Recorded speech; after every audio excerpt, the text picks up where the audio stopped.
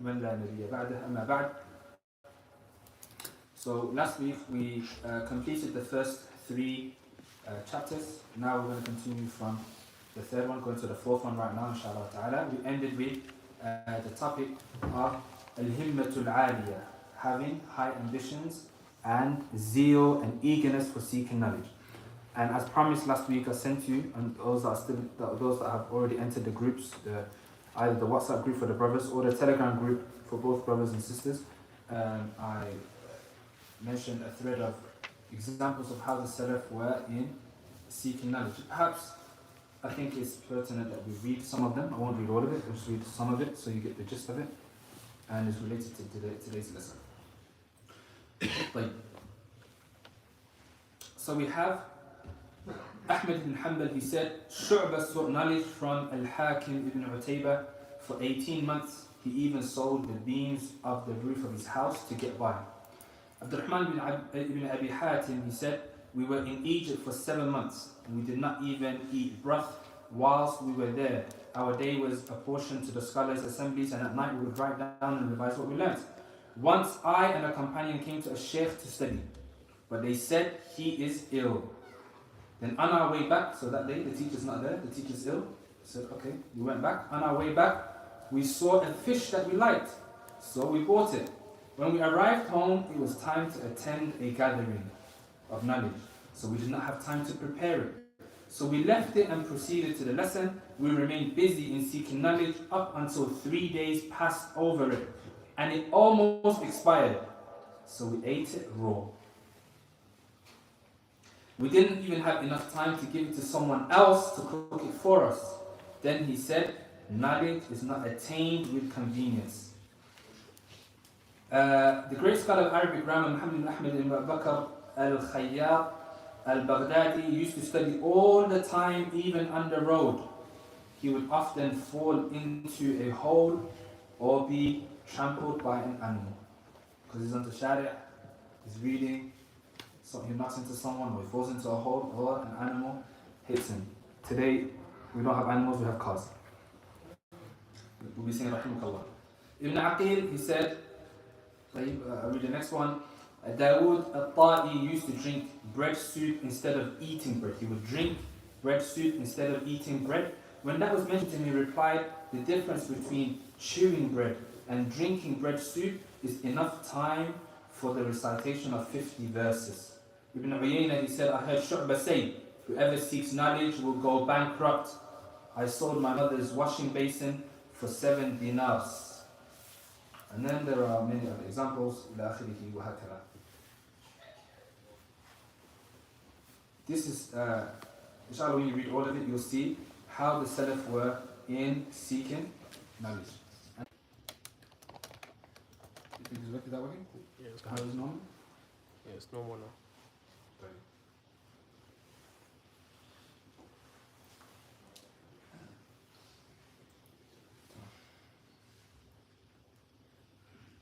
Just watch it from there as well, just in case if it goes off. Just leave it on the floor, just attention, don't get distracted. What was he saying? What was he saying? Boiler. Huh? Cold showers. Cold Showers. Oh yeah, cold showers. So I said that still happens still today. That happens today a lot. You might not hear people talking about it, but it does happen. The struggles still exist. I know a brother who, because he was buying so many books, he never had no food to eat, he didn't want to ask anyone, and he stopped eating for a couple of days and he had to go to hospital. I know another brother who never had no food for 3 days, and he got weak, he couldn't go to the college or the school anymore.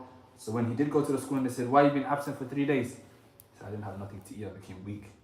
Why did you ask us? You are our son, you should ask us and we'll give you. I didn't want to ask him. That exists, that happens today. And people go to great lengths. Journeying, some of the examples here in the journey, 7 months, 16 years traveling away from their family, not reading letters, not being distracted by anything. Obviously that's a bit harder today with phones and everything in front of you, but that still exists. I lived without a phone myself for 8 months, and that's the best time of my life when I was in Medina. But it still exists. Don't think this is fairy tales. Okay? It still exists. What are you going to sacrifice? What are you going to put forward to seek knowledge? Al-ilmu ghali. Ilm is expensive. What are you going to sacrifice in order to attain it? Are you going to let go of your luxuries? Are you going to travel? Traveling from one side to another side. Going on a coach. We went on a coach one time to travel to see some scholars on a bus for 17 hours non-stop. Another time actually went on a longer one from Mecca to Dammam on a coach. 22 hours. By the time we got there, some brothers that were in Medina saw us. They caught the flight, mashallah, 1 hour flight. They asked us, how did you guys get here? We came like 2 days late. So they said, how did you guys get here? We said we came on a coach. How many hours? 22 hours on the coach. So they said, make space for these brothers. It's like the time of the Salih, they came on a camel. Camel you travel for 2-3 days. They made space for us and وهكذا. على كل حال, the point is, all of these stories, what do you want from them? What's the fa'idah? What's the benefit of these stories? Why am I telling you this? How important knowledge is. أحسنت خلاص. I don't know, I didn't hear him, but basically, just go to extreme lengths and you need to give a lot to attain knowledge. أحسنت. Little of it, not even a lot. أحسنت. And this chapter specifically, the last chapter was about zeal and al-himmat al-aliyah. When we said one of the ways to gain himma and to gain this zeal and eagerness is to read and to have knowledge about what others did for the path of knowledge. Is that clear? So you can be like them or better than them. طيب. Now we have the zeal. Go to this next chapter. Chapter number 4. He says, what do we do with this zeal? صرف الهمة فيه إلى علم القرآن والسنة. Utilizing, tuning this energy, this zeal, this eagerness to the knowledge of the Quran, to the knowledge of the Sunnah. You gear this energy towards the right place, to the knowledge of the Quran and to the knowledge of the Sunnah. So he says, إن كل علم نافع مرده إلى كلام الله وكلام رسوله صلى الله عليه وسلم وباقي العلوم إما خادم لهما فيؤخذ منه ما تتحقق به الخدمة أو أجنبي عنهما فلا يضر الجهل به. He says every single beneficial knowledge that exists, then it returns back to the Quran and the Sunnah. Every knowledge that is beneficial, it goes back to the Quran and the Sunnah. وَبَاقِي الْعُلُومِ, and all other types of knowledge outside of the Quran and the Sunnah is one of two types. So we have beneficial knowledge, it goes back to the Quran and Sunnah. Then outside of the Quran and Sunnah, there are two categories of knowledge outside of the Quran and Sunnah. Number one, a category that is خَادِمٌ لَهُمَا, a category that is a service to the knowledge of the Quran and the Sunnah. Is the first category. It's a service to the knowledge of the Quran and the Sunnah. I'll give examples in a second. And the second category is, if it's not a service to the Quran and the Sunnah, then it is ajnabi, it is foreign to the Quran and the Sunnah. It is foreign to the knowledge of the Quran and the Sunnah. So again, every beneficial knowledge goes back to the Quran and the Sunnah. Any other knowledge that does not go back to the Quran and the Sunnah, then it's of two types. Either it is a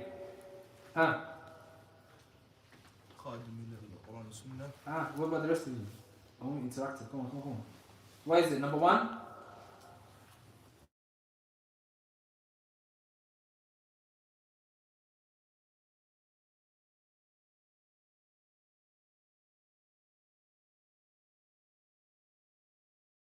Yeah, It works. Okay, you're right. The Wi-Fi is better than the internet. I don't know why. How long was it off? 5 minutes. Even this person said, has it stopped? Today we got lights, microphone, and camera. Love this stuff. But okay, let's continue. So, we use all our zeal and energy to the knowledge of the Quran and the Sunnah and to the service of the knowledges that are service to the Quran and the Sunnah. Another categorization that the ulama use sometimes is something called علوم الغاية and علوم الآلة. علوم الغاية and علوم الآلة. Sciences and knowledge, that is the goal. The غاية. And sciences that are آلات, tools. Tools in order for you to reach the destination and the goal. And so again, what is the غاية? The غاية is the knowledge of the Quran and Sunnah. The goal is to understand the Quran and the Sunnah.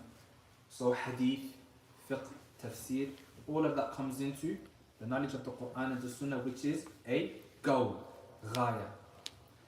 And what are the alat, the tools to get there? The Arabic language is a tool. And Arabic has many other branches underneath it. Sarf, nahm, grammar, morphology, and balagha, and other than that. Likewise from the tools is, like we said, the science of hadith. Not hadith itself, the science behind hadith, how does it work?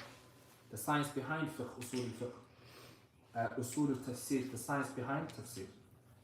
Is that clear? So this is another categorization that is not mentioned here, but you might hear it from some of the scholars. علوم الغاية, علوم الآلة. So he says, وما أحسن قول عياض اليحسبي في كتابه الإلماع, where he said, العلم في أصلين لا يعدوهما إلا المضل عن الطريق اللاحب علم الكتاب وعلم الآثار التي قد أسندت عن تابع عن صاحبي. He said, how beautiful is the statement, those lines of poetry that were mentioned by this Nadim, Iyad. He says, knowledge is in two foundations and it isn't surpassed except by the one who is astray from the straight path. Knowledge of the book and the narrations that have been relayed in a chain from tabi'i, from sahabi. Meaning the knowledge of the Quran and the Sunnah. The knowledge of the book of Allah and the knowledge of the Sunnah that has been relayed to us from tabi'i, from sahabi. Meaning through a chain of narration. Chain of narration. So in the books of hadith, we have a scholar will say it was narrated to me by this scholar, and he will say it was narrated to me by this scholar, who was a tabi'i, student of a Sahaba, who heard from a Sahabi, a companion of the Messenger sallallahu alaihi wasallam, from the Messenger sallallahu alaihi wasallam. This is a chain of narration we have in Islam, and this occurs in the ahadith, the prophetic narrations. So knowledge is one of these two things, either Quran and the Sunnah. Then he says, وقد كان هذا هو علم السلف عليهم رحمة الله ثم كثر الكلام بعدهم فيما لا ينفع فالعلم في السلف أكثر والكلام في من بعدهم أكثر. He said that this used to be the knowledge of the Salaf, the righteous 3 generations, the knowledge of the Quran and the Sunnah. Then speech became plentiful in those that came after them. And so you have some people today, they will think that because we have a lot more books, a lot more volumes, a lot more technology, that knowledge of the Quran and Sunnah today is more. Why? Look how many books we have, mashallah. We never had a book publishing company back in the day, and we never had this and we never had that. Now we have it. Now we have something even better, and now we have something called Shamila, which is like an online library in the Arabic world, which has every book you can think of in the Arabic world in one laptop. Any book that you need in Arabic, in Quran, in the Hadith, everything you can find it in one laptop. Thousands upon thousands of volumes. So someone might say, look, knowledge today is more. لا. العلم في من تقدم أكثر. Knowledge with those that came before is more. But speech with those that came after is more. The speech of the Salaf might be short. The Prophet ﷺ, he had Jawami al-Kalim. And what does that mean? Jami al-Kalim. Who knows? حديث صغيرة لكن عنده معنى كبير. Like 40 نووي. English. The short hadith but has a big meaning. Ahsant. Prophet ﷺ will say something small, one sentence, and you'll carry a lot of meaning. You make dua, you say, oh Allah give me, oh Allah give me, oh Allah give me, oh Allah give me. The Prophet ﷺ said, رَبَّنَا آتِنَا فِي الدُّنْيَا حَسَنَةً, one sentence. فِي الْآخِرَةِ حَسَنَةً. You ask for things individually, it takes you 10 sentences to do. The Prophet ﷺ made dua, oh Allah give me in this dunya khair, good in this dunya, give me good in the hereafter, and protect me from the hellfire. short statement, but its meaning is comprehensive and is large. That is what Jawami al-Kalim means. Prophet would say, one paragraph, it would be explained in a whole book. This has happened many times in the Rajab, many of these books. So one hadith, he explains it in 100 pages, 200 pages. This is Jawami al-Kalim. And the speech of the Salaf was similar to that. They used to say, خَيْرُ الْكَلَامِ مَا قَلَّ وَدَلَّ. The best of speech is that which is short, precise, and straight to the point. But the further you come away from the era of prophethood, the further you come down, the more explanation that they needed. For many reasons. One of the reasons is Arabic language became weaker. Arabic language became weaker. And in some cases, like we have today, people don't even speak Arabic. So what would happen? Something you can explain in Arabic with one word needs a whole sentence. One thing that needed a sentence needs a paragraph. One thing that needed a paragraph needs a page or 2 or 3.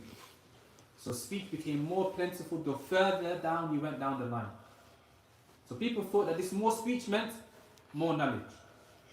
But the haqiqah and the reality is the knowledge of the Quran and the Sunnah and that which the Salaf had was more beneficial and more mubarak than the speech of those that came later.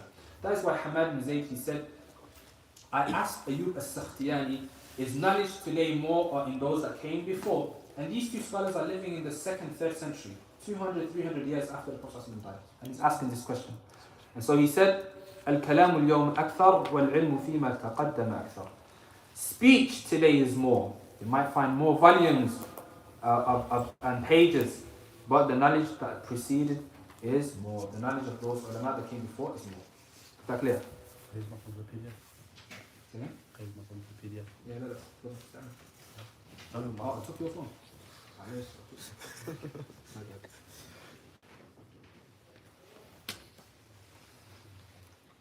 Chapter number 5. Any questions? You know how you said like the knowledge of those before was greater. Is that because they had greater sincerity in their actions? That's one aspect. Aspect as well as they were strong in Arabic language. They were closer to the Ahd of Nubuwwah. So the khilaf and differing was less. The innovation, the groups of misguidance were less. The further you go away, the more mashakil, the more problems, the weaker the Arabic. Now you need translations, you don't even need to learn Arabic, you need to learn Arabic itself. So the further down you go, the worse it gets. هذا كان حديث النبي صلى الله عليه وسلم أن الكتب تكثر بس العلماء تقل. There's a hadith that mentions يذكر أن العلماء يقبضون يعني يموتون. And you know some of them will say, how are we going to be misguided when the book is in front of us, the book of Allah. So the Prophet will say, do you not see the Nasara and the Yehud and the Christians, they have their book in front of them and they became misguided.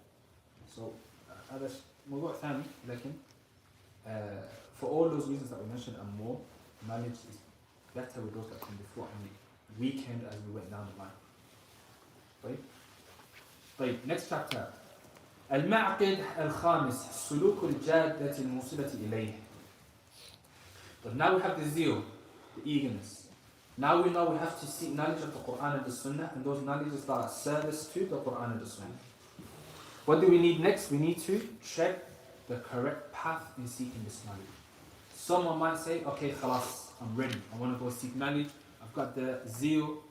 I want to learn the Quran and the Sunnah. I don't want to learn anything else. But he doesn't know the path. Okay, the Quran and Sunnah, but how exactly do I do it? Where do I start from? Do I memorize 5 pages of Quran straight away? Or do I have to do something else first? Do I begin with Bukhari for memorizing hadith, or do I begin with something else first? Do I self-study, or do I need a teacher? Do I have to memorize, or is it okay for me just to suffice with understanding? All of those questions are going to be answered inshallah in the next 2 chapters being the ta'ala. So he says, لكل مطلوب طريق يوصل إليه فمن سلك جادة مطلوبه أوقفته عليه ومن عدل عنها لم يظفر بمطلوبه وإن للعلم طريقا من أخطأها ضل ولم ينل المقصود وربما أصاب فائدة قليلة مع تعب كثير. He says everything that is sought after has a path that leads to it. That's everything, general. You want to become a pilot. And there's a path to become a pilot. You can't just say I'm going to study PE and sports and colour, I want to become a pilot. No, there's specific subjects you need to do. Right? You want to become a surgeon in a hospital. You have to go through these subjects. You have to go through medical school. You have to do these subjects that are related to وهكذا. Everything in the dunya that we know of, if you want to reach there, there's a certain path you have to take to get there. صح? Same with knowledge. If you want the knowledge, then you have to go a certain path. He says, وَمَنْ عَدَلَ عَنْهَا لَمْ يَظْفَرْ بِمَطْلُوبِهِ. Whoever goes away from this right path, in anything in the dunya, then they won't reach their goal. Someone wants to become a surgeon in a hospital, and he studies engineering. This doesn't make sense. Engineering, medical school, two different paths. You can't do engineering and become a surgeon. Or can you? I'm missing something. You can't, sir. وهكذا. Al-ilm, you can't say, I'm going to do it this way and I hope to reach the goal. Or you're going to become a surgeon and you're going to watch YouTube videos. I'm watching YouTube videos, I'm watching surgeons do live operations and everything step by step. I can do it, inshallah. Like, there's a specific path you have to do it. You have to study specific subjects, you have to have a supervisor, you have to teach her, وهكذا. Same with knowledge. وَإِنَّ لِلْعِلْمِ طَرِيقًا مَنْ أَخْطَأَهَا. Indeed, knowledge has a path. Whoever turns away and misses this correct path, then he will not attain his target. And perhaps he might gain a small amount of benefit whilst overworking himself. You will find many a time a person who has general knowledge. Someone that took a little bit here, took a little bit there, read a little bit here, read a little bit there, watched a little bit here, watched a little bit there. If you was to ask him about hadith, he can tell you a little bit. Ask him about fiqh, he can tell you a little bit. Quran, a little bit. He can tell you a little bit about everything. That's someone that's called is muthaqqaf. It's got general knowledge. It's not ilm, it's general. It's like someone's, what do you know about geography? I know this. What do you know about history? I know a little bit this. What do you know about medicine or this engineering? I know the basics. وهكذا. Excellent. But if you was to go dig a little bit deeper, not even far, just a little bit. MashaAllah, you know history. Okay, what about this? What about no, that's my level. That's it. Engineering, medicine, any topic. Go a little bit further, you realize this guy is a phony. He's not really a person of this field of knowledge. Is that clear? That's the same for ilm al-sharia, Islamic knowledge. Someone that can have general knowledge of the seerah, general knowledge of such and such. But now take a little bit of a dig in and a deep dive. You will find they have nothing. So that person is usually someone that either he never had intention to go and seek knowledge, or he sought knowledge but he didn't know the right path. And so he didn't attain his target, but he got a little bit of general knowledge. In 2 years, in 1 year and a half, you can learn Arabic language. But someone did it completely the wrong way, 5 years, they still don't know Arabic. They only know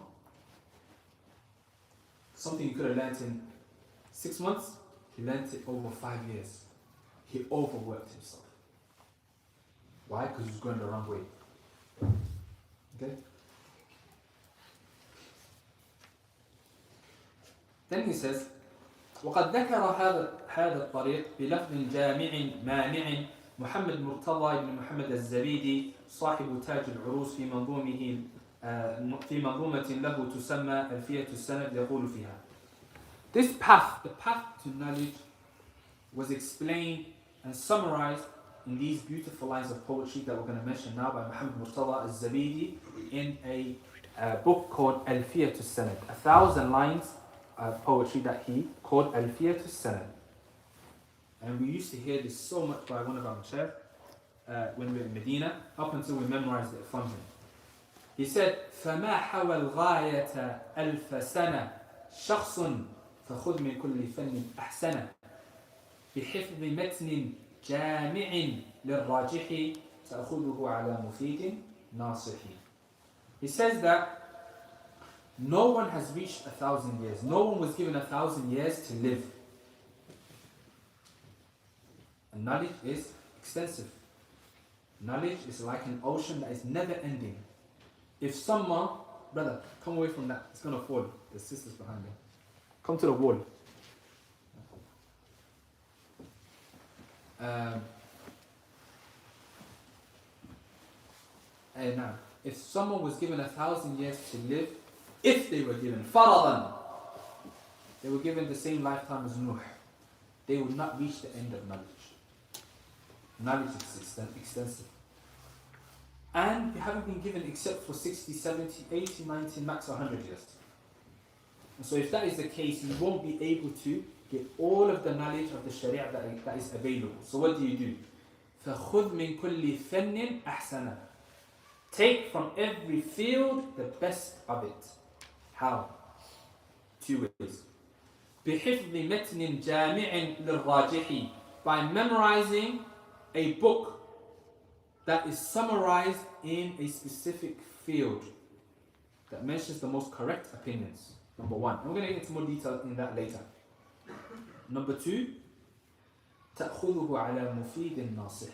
That you study this with a beneficial, sincere teacher. So you have to memorize a matan that is comprehensive in that field, that's got the most correct opinions. And number 2, study it with a teacher that is sincere and beneficial. So he says, the path of knowledge and its way is built upon 2 affairs. Whoever takes up both of them becomes a glorifier to knowledge because he seeks it from where it is possible to attain it. It's not impossible, it's possible. And if you follow this tariq, you will gain benefit and knowledge bi'idhnillahi ta'ala. The first affair is, as we said, بِحِفْظِ مَتْنٍ جَامِعٍ لِلرَّاجِحِ, memorizing a comprehensive text with the most correct opinion. So he says here, فَلَا بُدَّ مِنْ حِفْظٍ. It is a must that you memorize. Someone might think that I can take a shortcut and cheat as much as I can and skip all the memorizing lessons. La, it is not possible. In ilm, you have to have some memorization. It has to be, some of it has to be memorized. Someone might say, my memorization is ta'ban, I'm weak, I'm kada, la. The maqsood is, memorization is not that you memorize 10 pages in one go or 5 pages in one go. Some people might do it, but majority of people can't do that. You memorize what you can. Every single one of us is able to memorize. Is there anyone here that's not able to run? You can't run. So you can go marathon. No one can do it. Someone might struggle. Some might be fast. Some might complete in an hour. Some might complete in 10 hours. Everyone can run. Sah wa la? Because you got legs, they move. Unless you're disabled, we're not talking about sticking that out. Likewise, if someone goes to the gym, who goes to the gym here? We want an expert that goes to the gym. Hands. Gym, yeah? Hey. Okay, I want to go to the gym, yeah? And I want to bench. Do you bench? No. Yeah, I bench sometimes? Yeah, dumbbells. I want to bench 70 kilograms. I've never done it before. No, you can't. You can't? You sure? I believe in you, I believe in you. You believe in me, yeah? You're trying to set me up to kill me, yeah? So what do I start with? 70 kilograms, is that okay to start with? No. I'm not going to be able to do it. Do I say khalas, I quit? I can't do it. What do I do? What do I need to do? You advise me, come on. Stop. You start off low and progressively over. What do I start with? What do you advise me with? Like 30 kg. 30 kg? Yeah. Okay, I can't do it. You start even lower. 20 10. kg. 20, I can't do it. 10. Just the bar. Just the bar. How much is the bar? The past 20. The bar's 20? Yeah, 20 Khalas, kg. I'll start with the bar. Half a lot. Tayyip, I can't start with the bar. What can you do? Is there any way to work You up stop- to the bar? You start with those things there. The little ones. Yeah. Wait, 5 kilograms. صح ولا لا؟ طيب المهم you have to start somewhere. Then you work your way up, then you start with the bar. After the bar you slap on 5, 5, 10, 10, 30 kilograms, 40 kilograms, 50, 60, 70. Eventually, maybe 6 months time, is it possible for me to do it? Is it possible for every single one of us to do it? Yeah. صح ولا لا? It's possible. Why? Because all of us have muscles. All you need to do is train yourself to do it. صح? Going back to memorization. Memorization actually is a muscle that you have that you need to use. If you've never used it before, start small. You can't start with 2 pages, start with 1 page. You can't do 1 page, half a page. You can't do half a page, 1 line. Can't do 1 line, half a line. Doesn't matter. Doesn't matter what you start with. You start with something. You guys with me now? Just like you told me, there is somewhere for me to start in the gym world. There's somewhere to start in the hifd world. For every single one of us. I mentioned to you the story, I believe. If I haven't, I'll say it again. One of the scholars later, he became a mu'tamad, a reference point, not just a scholar. He became a reference point in the Shafi'i madhab. How did he start? He started with memorization. When he memorized, all he could do, the teacher told him, do 1 page. He said, I can't do it. Half a page, I can't do it. 1 line. He started with 1 line. The whole night, he was reading that 1 line. Just memorizing. And memorization, by the way, there's no special way to do it. It's pure repetition. The more you repeat, the better your memorization is. Simple. 1 + 1 = 2. Read it 1,000 times, your memorization will be stronger than if you read it 100 times. Read it 100 times, it's going to be better than if you read it 20 times. Simple. So it's just repetition and not having any distractions. So he read the whole night. He read. Went to sleep. He woke up in the morning. Guess what? He forgot the 1 line. The whole night, he forgot the 1 line. So what did he do? He said, he didn't say, okay, I'm not going to go to the lesson now. I'm going to make up an excuse. I'm not coming to the lesson. He still went to the lesson. As he's going down, one of the neighbors said to him, an old lady said to him, yeah, neighbor, what are you doing? The whole night you kept us awake. We heard you saying, and she said the 1 line. And he said, Jazakallah khair, you reminded me the 1 line I forgot. And so he went to the lesson and he read, he did tasmi'. The teacher listened to him to the 1 line that he did. That's how he started. How did it end up? He went up. 1 line became 2, 2 became 3, became half a page, became 1 page. Up until he became a scholar and he became a reference point, a marji' in the Shafi'i madhab. Is that clear? So that was just to remove completely the doubt that, look, memorization is not for me. It never has been and I don't think it will be. That's a doubt. And just like there's always a place for you in the gym if you wanted to, there's always a place for you in the memorization. Okay? Is that clear? So that's the first thing. It is a must to memorize, and whoever thinks they will attain knowledge without memorization, then he is seeking the impossible. Don't think that you can go far in seeking knowledge with no memorization. You have to memorize even if it is half a line. But then he says, what do we memorize? When we speak of memorization, are we saying books too? Like for example, you go for a kid university, you have to memorize the whole book.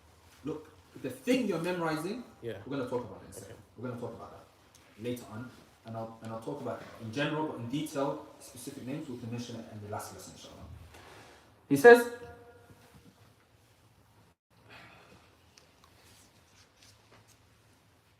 says, والمحفوظ المعول عليه هو المتن الجامع للراجح أي المعتمد عند أهل الفن. He says that the text, which text should we begin with? The text that is memorized is the one that is comprehensive. It's all round. And inclusive to the most correct opinion. Meaning, it's not a book that has been written and it's got a lot of weak opinions. You don't want to memorize a book that's full of weak opinions. Marjuhat. Rather, the most correct opinions. How do you know something has the most correct opinion and it's something that is comprehensive or not? How? By using the one that is advised by majority of the people of knowledge. So the ulama, they will say, I'll give you an example, just so you understand what I'm talking about. In hadith, if you want to start memorizing in hadith, you don't begin by memorizing Bukhari and Muslim. You begin by memorizing a short book in hadith that is all round and that has the most correct hadith in there. So, the ulama, what did they advise with in this field to begin with? They all advise with to begin with 40 hadith by Imam al-Nawawi. Al-Arba'un, the 40 hadith by Imam al-Nawawi. All of the scholars, they advise with this. So what do? In hadith, we begin with what the ulama told us to begin with. 40 hadith is short. It is the most comprehensive of the 40 hadith books that exist. And majority of the hadith, if not all of them, are authentic. So it's a perfect place to start. Okay, I finished that. What should I go to next? The ulama, they say, after Arba'in al-Nawawi, then you go to a book called Umdatul Ahkam. Umdatul Ahkam. It's around 400 hadith.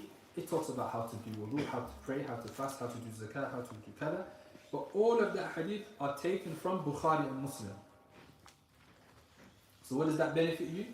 You don't have to worry about the hadith, is it authentic or not authentic. All of it is in Bukhari and Muslim. Once you finish that 400 hadith, then you go to the higher level, which is Bulugh al-Maram or al-Muharrar, which is 1,300 hadith. So you went from 40 to 400 to almost 1,400. Is that clear? That's what the ulama advise you. You can't just come now. If someone was not going upon this correct path, he would say, no, I don't want to do 40, I don't want to do 400, I want to do 1,400 to stay with. You know what? I don't want to do 1,400 either, I want to do 4,000. That's what some people do. They start with Bukhari. Without repetition, it's almost 4,000 hadith. They go and start with Bukhari, they do it for 100 hadith, and then they lose their himmah, it dies, and they start memorizing anything else. Why? Because they never went the correct path. Is that clear? That's just one example. I've mentioned all the books to begin with in the different fields at the back of the book, and you can have a look at it yourself, inshallah, afterwards. Then the second affair. So what's the first affair? Just quickly. Memorizing a comprehensive text that is all around, that's got the most correct opinions. How do you know which text that is? By going back to the advice of the scholars in which text to memorize. And to make it easy for you, I've mentioned them at the back of the book, so you can have a look at that later on, inshallah. Secondly, تأخذه على مفيد ناصح وأما الأمر الثاني, the second affair, that you take it and study it with a beneficial teacher, a sincere beneficial teacher.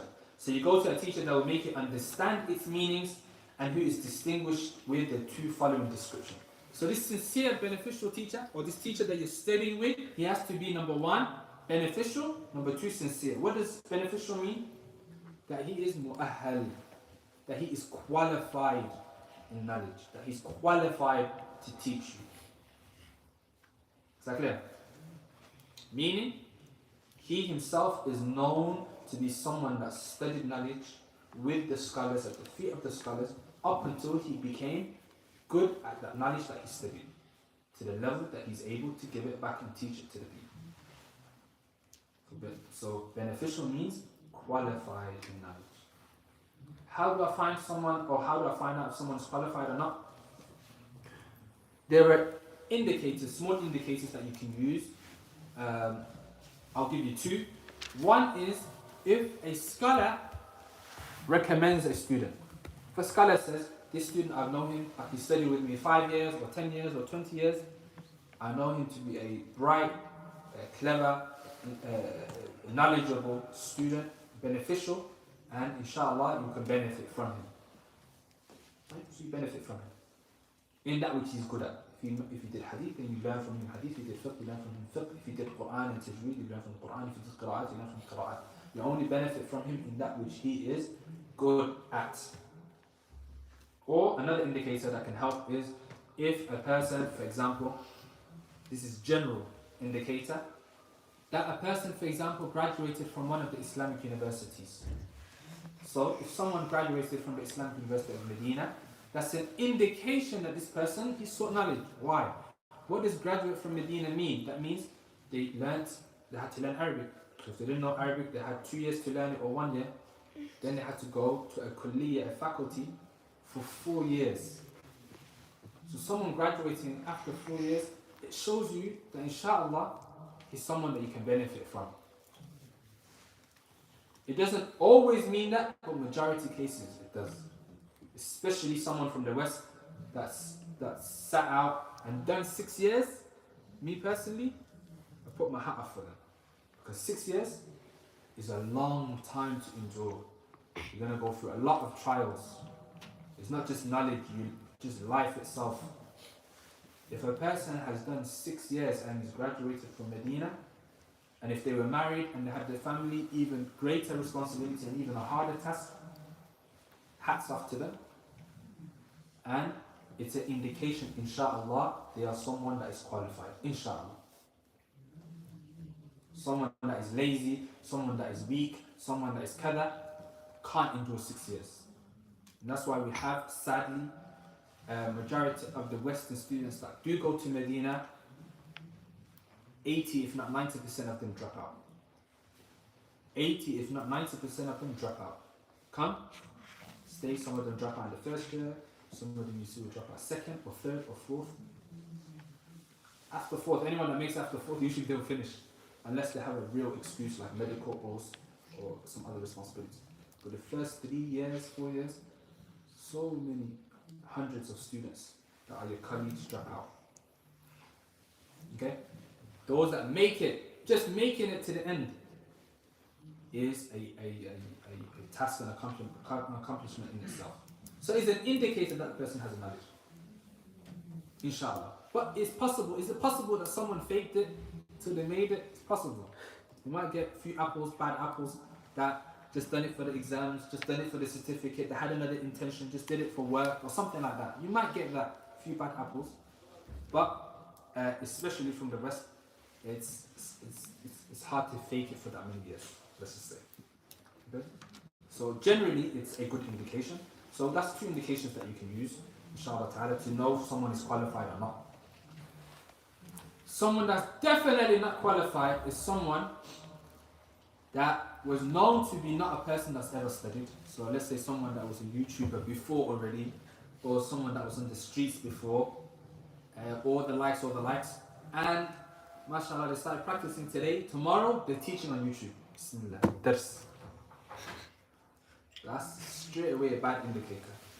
It's good for you, alhamdulillah, you started practicing. Good for you that you left the streets, or you was a YouTuber that was general, now you want to be an Islamic YouTuber. That's good for you, mashallah. But this affair of teaching books, teaching people, requires you to seek knowledge. Is that clear? So that's an indicator the person is not qualified. And for you yourself, that's an indicator that you shouldn't be sitting with that person and taking knowledge from them because they're not qualified. It's your right, it's your bare minimum to ask, where did you study? Where have you studied? Who did you study with? So I know that you're someone that I can actually benefit from. Is that clear? Okay? طيب. Let alone someone that was, sometimes you get these guys that go to these parks for debates, and then he comes, there's one guy, he came to the park, he was just there, he's not one of the debaters, he just came one day, and he joined the debate. Because he joined the debate, he became famous and he opened up a channel, and mashallah, Arabic is half. You know, they say the one to stay away from the dangerous one, the one that has half knowledge. Nisfu tabib, half doctor. Nisfu lughawi, half a grammarian. Nisfu talib ilm, or da'i, half a scholar. Why? Because he only knows half the language.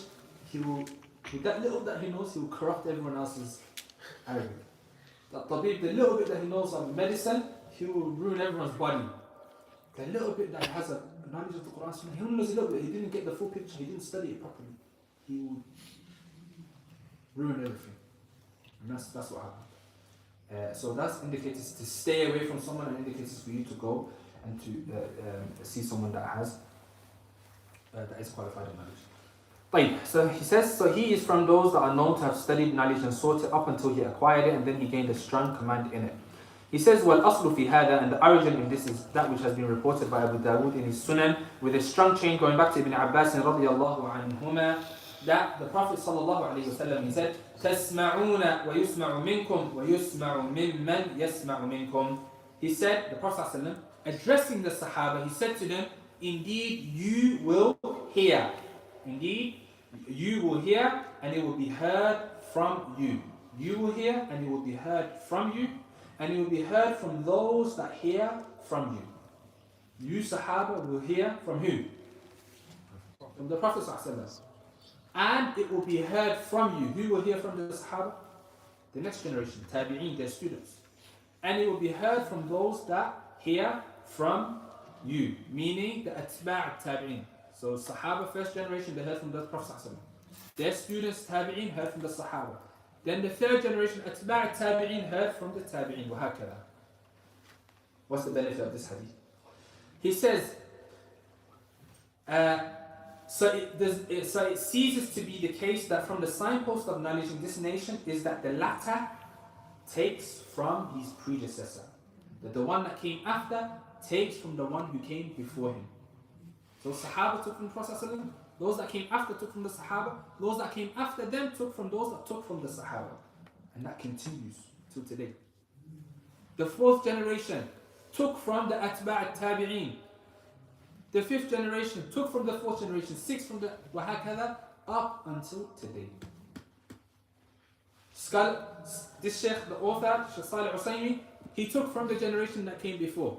He took from Sheikh bin Baz, he took from Sheikh Abdullah ibn Aqil, he took from the Indian scholars that were in India that he traveled to. He took from the generation before. And he's got his chains of narration. They took from the tabaqah that was before them. Going up, all the way back to the Sahaba, going back to the Prophet ﷺ. So, al-ilm, the Prophet ﷺ, he said, indeed, the ulama are warathatul anbiya. Indeed, the scholars are the inheritors of the prophets. Why? Prophets never left no money, never left a dinar or dirham. They left knowledge to be inherited. فَمَنْ أَخَذَ بِهِ أَخَذَ بِحَظٍ وَافِرٍ. Whoever takes it has taken a great portion of good. And so, the Prophet ﷺ left behind knowledge, the Sahaba took it, they inherited it. Those Sahaba left their knowledge to be inherited by the next generation, all the way back to our generation. And if you was to go to any scholar, and I did a little bit, I put it on Twitter.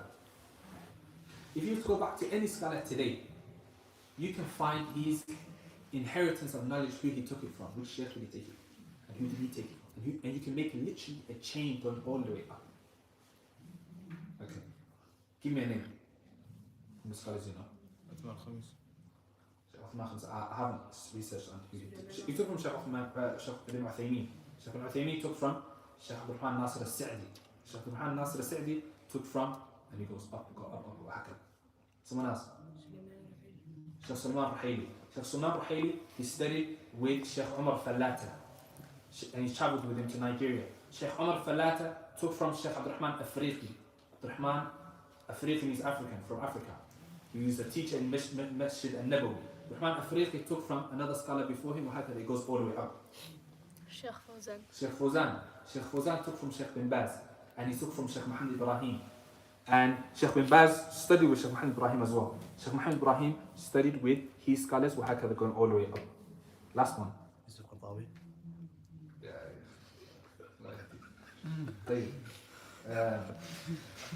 Anyone else? لا خلاص نكتفي بهذا. So هكذا, that's how knowledge is. Knowledge is inherited. Knowledge is inherited. Generation after generation. Right. So that's the first description, beneficial, qualified. Number 2 is sincere. What does sincere mean? Sincere means it has another 2 meanings underneath it. So I hope you don't get lost in the number 2s. Going back all the way up. The first affair is memorizing. The second affair is studying with a teacher. In studying with a teacher, we have 2 affairs. Beneficial and sincere. Beneficial we talked about, that is qualified. Sincere has again another 2 things underneath sincere. Number 1, that the teacher is suitable to be a qudwah, an example, and that you can follow his guidance, conduct, and his silence. Meaning that the sheikh, the teacher, is a good role model that you can take from. In the way he carries himself, in the way that he stays away from certain topics, he's silent from them, in the way that he does ibadah and acts of worship. This is very important. Some of the Salaf, they would say, we would benefit, we would meet many mashayikh, and the one we would benefit most from is the one that we benefited from his action, his good manners and the likes. Ibn Jawzi, he mentions that there was a scholar he used to go to, and he wasn't from the most knowledgeable of the scholars. But when he would read to him, he would read him tafsir, or he would read him something from the sunnah or something, the teacher would cry in front of him. And he said, his crying did so much more to me than studying with some of the other scholars that were more knowledgeable than him. The way they carry themselves, and this it still exists till today. When you find, for example, some of the scholars that we met, Sheikh Salih al-Hudayfi, he passed away this year, Allah yarhamu, a blind sheikh who reminds you of Sheikh bin Baz if you saw him. He would pray every single salah in Masjid al-Nabawi. He's blind, he's old, and sometimes he needs help to walk around, and sometimes he even needs the wheelchair. Every salah, Fajr, Dhuhr, Asr, Maghrib, Isha, he's praying in Masjid al-Nabawi. It's far away from his house, but he would come. How do you know the way? He would have a guide. He would have another way. Sheikh Abdurrahman Muhyiddin, he also passed away this time last year, Allah yarhamu. And he would fast every Monday and Thursday up until he passed away. Every Monday and Thursday of his life, he would fast. And he would break his fast in Masjid al-Nabawi. And the 3 white days of the month, the middle of the month, the 14th, 13th, 14th and 15th of the Islamic lunar calendar, he would fast it. So he would fast every Monday and Thursday, and he would fast the 3 days of every single month. And he would break it in Masjid al-Nabawi. We only used to read to him on Mondays and Thursdays on the day that he's fasting. After he breaks his fast, he would sit with us after Maghrib in the corner and we would read to him. And in the month of Muharram was the best month for us. It was like they say, what do they say, winning the lottery. We don't believe in lottery is haram, but just to get examples. Why? Because on Muharram, the Prophet used to fast the most in the month of Muharram outside of Ramadan. So the Shaykh would fast Mondays and Thursdays, and he would fast the 3 white days, and he would fast extra because it's the month of Muharram. That means extra lessons for us, because he's going to always break his fast in Masjid al-Nabawi. So when you see that a man in his 70s fasting every Monday, Thursday, he doesn't break it at all. Even when he's traveling, even though he has the choice to break his fast when he's traveling, he doesn't break it. He still fasts. If he's doing that, he's 70, 80 years old. What are we doing? Understand? So that's the fa'idah of a person you can take an example in. As for a teacher, let's say someone has general knowledge or they have knowledge, but then later on you see they shave their beard, trousers below the ankle, not following the sunnah of the Prophet. Even worse, smoking. Can you imagine that? Inshallah, you never see someone like that. But there might exist in some place in the world. He says, I'm a teacher. Yes, I studied. You catch him later, what does he do? I go to the class, I'm coming now. I'm not taking no knowledge from that guy. Wallahi, one of our teachers was arguing with us. He was like, he met someone like that smokes, but he's very good at usul fiqh. I said, Sheikh, nah, never, we're not taking him. He's like, no, but he's very good at usul fiqh. I said, oh my dead body, we're never going to. The whole class was arguing with that teacher. So al-muhim, that exists. If he's not Salih lil-Qudwa, if he's not someone that you can take an example in, then you shouldn't be studying with him. Someone that's smoking, someone that's trousers below the ankles, someone that shaves their beard completely, suit and tie. Imagine I came in here with a suit and tie and I'm a teacher. What are you going to say? You understand? You with me? This is what we're talking about, Qudwa. Right. Then he said, secondly, from being sincere here, he means number one, that he's a good qudwa in his mannerisms, in his guidance, in his silence. And number two, he knows the different ways of teaching. He knows how to give the knowledge to the student. He knows how to teach. Some people have knowledge, but when it comes to teaching, they can't teach. Some scholars you might find, some of them, they will say about themselves, they said, I'm not good at teaching and talking. I'm good at writing. When it comes to his authorships, his books, there's no one better than him. When it comes to teaching, you can't teach in front of someone else. You can't. So, you look for someone who is able to teach. Sometimes, another mistake that comes with this, that this second takes out is, sometimes there's someone that does have knowledge, he's got all the knowledge in his head, but he does not know how to teach. He will teach you the big stuff before he teaches you the small stuff. He will be teaching you a small fiqh book, and when you study a small fiqh book, you're beginner level. The point is just to study what is inside this book. Right? Sometimes a teacher will come and they don't know the ways to teach. What he will do is, he will teach you everything that he knows. So he will tell you, you're a beginner. He will tell you this mas'ala, there's 4 opinions, the evidence for the first one, second one, third one, fourth one, and the rajih is this one, and the sabab al-illa is kada and kada. Islam. And it's too much for you, your mind is exploding. You're a beginner level, all you need is that which is inside this book. One opinion, no evidences at the moment. Just to learn it, sah? He doesn't know how to teach, he's giving you everything. Overload. What's going to happen to the student? The student is going to benefit. The student might think, mashallah, this teacher is strong. He told me 4 opinions, all the evidences, the reason for the ikhtilaf in the first place, but this is not for you. You're not going to benefit from it. Okay? Is that clear? That he knows what is suitable for him and what harms him in accordance with the knowledge cultivation that Shati mentions in al-Muwafaqat. And Shaykh Salih Hudayki, we really used to see this with him a lot. He would teach Arba'in al-Nawawi, Usul al-Thalatha, Kitab al-Tawheed, basic books that people need, 7 days a week. Finishes the book, starts it again. Maybe there's another book a little bit higher, beginner level, medium level, goes back to beginner level. If you ask him something, he will look at your level, where are you, Kada? He will give you what you need. He won't give you everything that he knows. The teacher, and inshallah all of you become teachers one day, that is the goal. The goal is not to show off your muscles when you're teaching. This is how much I know, so you try to show off everything that you know. No. The point is to give the person in front of you his level. He's a beginner, you give him that which is suitable enough for him. And it's not an aid for the teacher. If he just mentions one evidence, one thing, because the thing here is not for him to show off. And if the student gets a bit higher, he gives him more.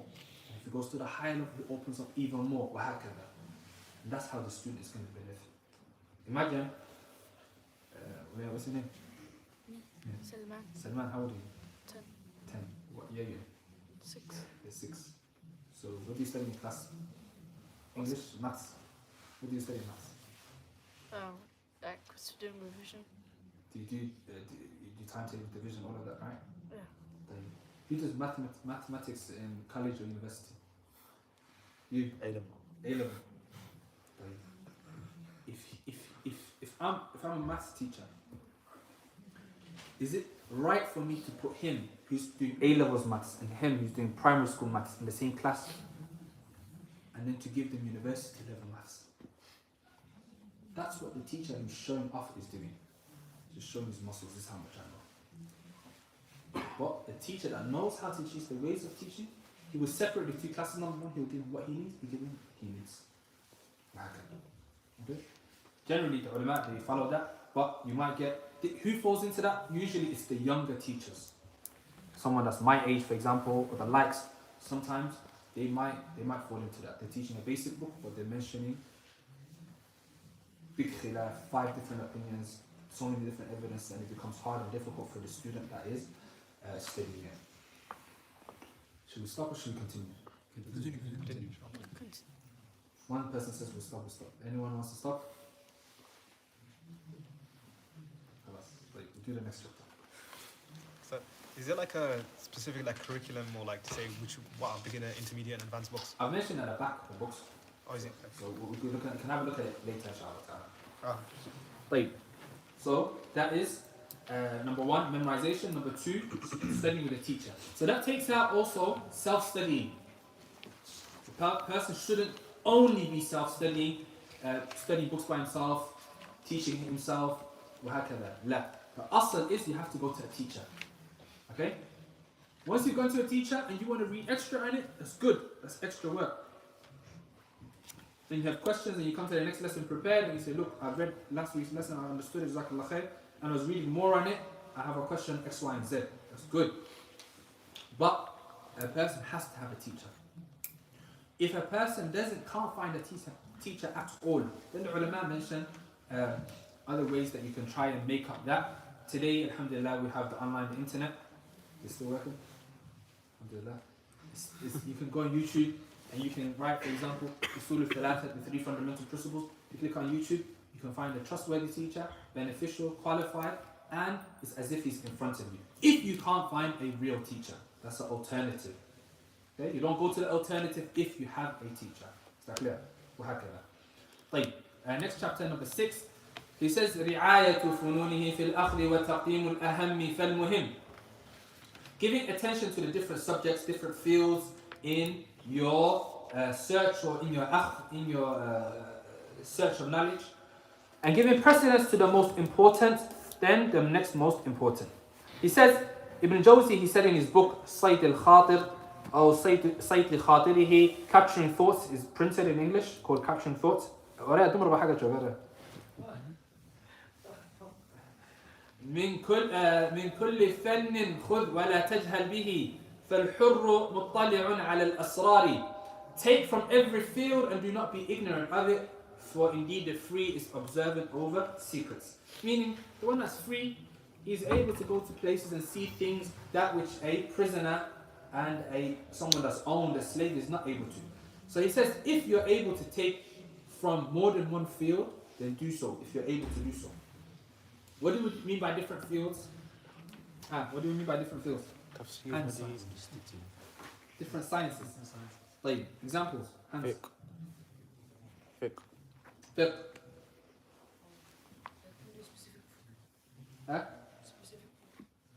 Specific fiqh.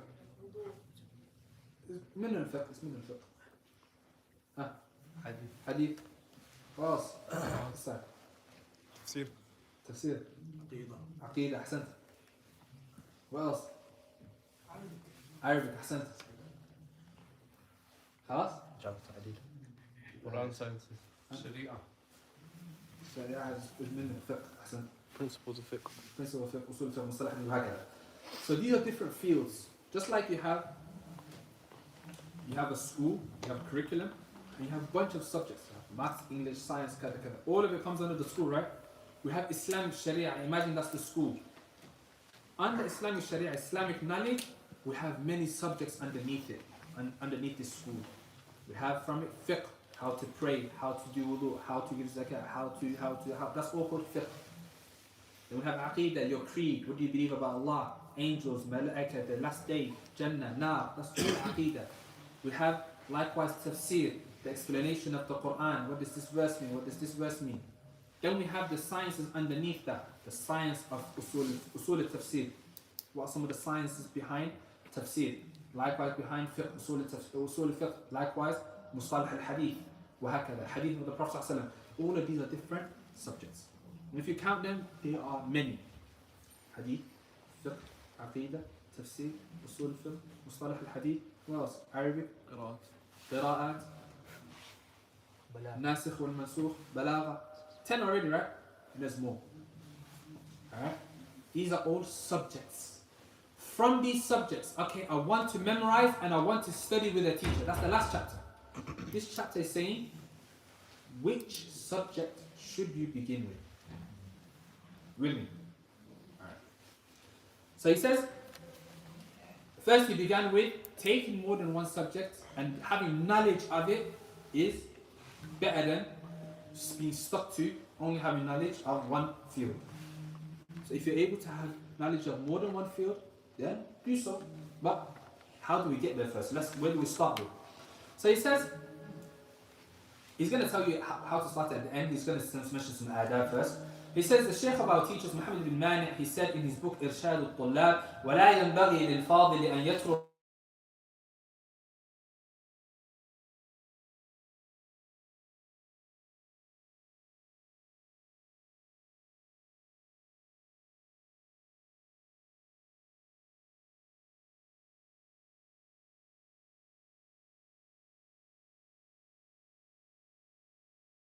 If they call twice, supposed to.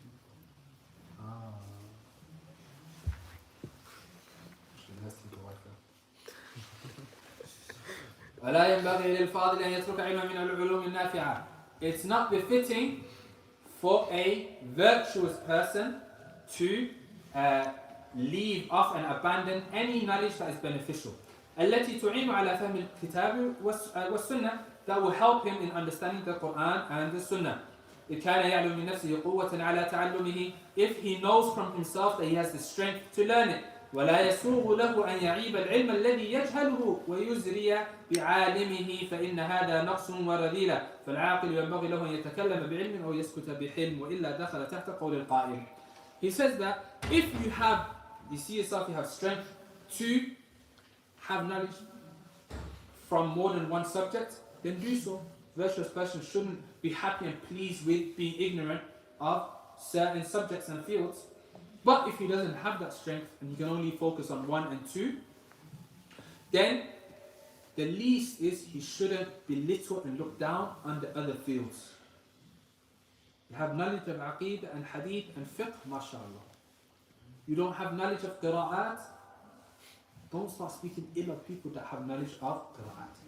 Oh, you know those people that are like this, they're like that. Only people like this do that subject. Or someone's in fiqh and he says about someone in hadith, you know those guys, they're like this and X, Y, Z. Or someone in hadith will say, those fuqaha, they too much aqwal, too many opinions, man. Those guys, kada. You shouldn't belittle a knowledge just because you're ignorant of it. Is that clear? That is a deficiency in a person if he does that. So he says it's upon the intellectual person to speak with knowledge or to be silent with forbearance. Otherwise, he will come underneath the statement of the saying, أتاني أن سهلا ذم جهلا علوما ليس يعرفهن سهل علوما لو قراها ما قلاها ولكن الرضا بالجهل سهل. Some lines of poetry in Arabic, that is a play of words. In English it doesn't make as much sense, but I'll try to bring it close as much as possible. Imagine there's two characters. One of them is called Sahal and one of them is called Jahl. Two characters. One of them is called Sahal, one of them is called Jahl. But at the same time, the word Sahal means easy. And the word Jahl means ignorance. So two characters and we have the meanings. You with me? He says, أتاني أن سهلا ذم جهلا. It reached me that Sahal, he ignorantly dispraised or he spoke ill of ignorance. The character ignorance, Jahl. علوما ليس يعرفهن سهل. Sciences and fields that Sahal has no clue of.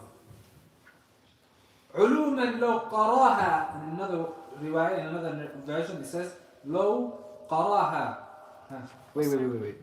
Sciences, had he known, had he had knowledge of, he wouldn't have disliked, he wouldn't have dispraised. ولكن الرضا بالجهل سهل.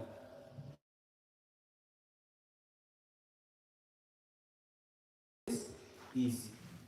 But in any case, being happy and pleased with ignorance is easy. We left the character now, we went to the meaning. It doesn't make sense in English, I told you. But that's what it means. Inshallah, wasalat al-risala. Two characters. Sahal, easy, he's always speaking ill of Jahl. This other guy called Jahl. You this, you that. Ignorant. His name is Jahl. But him, Sahal, if he had knowledge of those things that he's actually dispraising the other person for, Jahl, he wouldn't have done that. If he knew that science, he would have held back. وَلَكِنَّ الرِّضَى بِالْجَهْلِ سَهْلُ. He is Sahal. So him being happy with ignorance is easy. It doesn't make sense in English, like inshallah. That's the Arabic, that's why it's important to learn Arabic. End quote. Giving attention to the different subjects only become beneficial by adhering to two principles. Giving attention to the different subjects, the different fields of knowledge, only becomes beneficial by adhering to two principles. Number one, by giving precedence to that which is most important, then the next most important.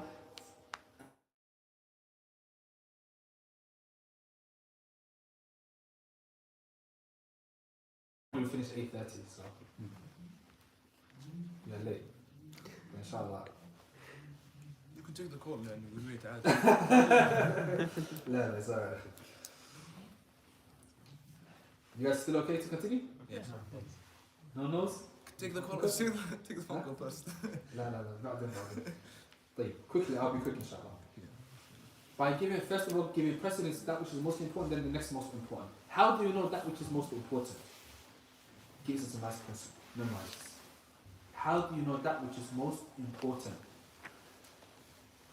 Is by looking at what the student needs to uphold his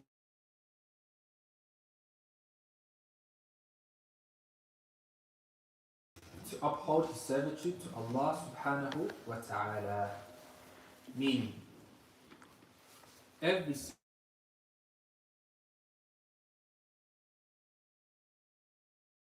Allah wants from us. Okay? Allah wants from you 5 daily prayers, obligation.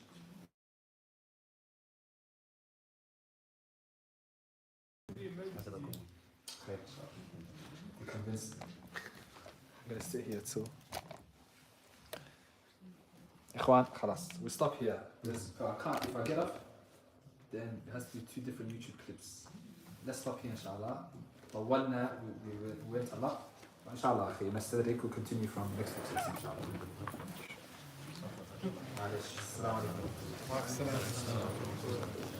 And it. Huh? And it. Yes, still.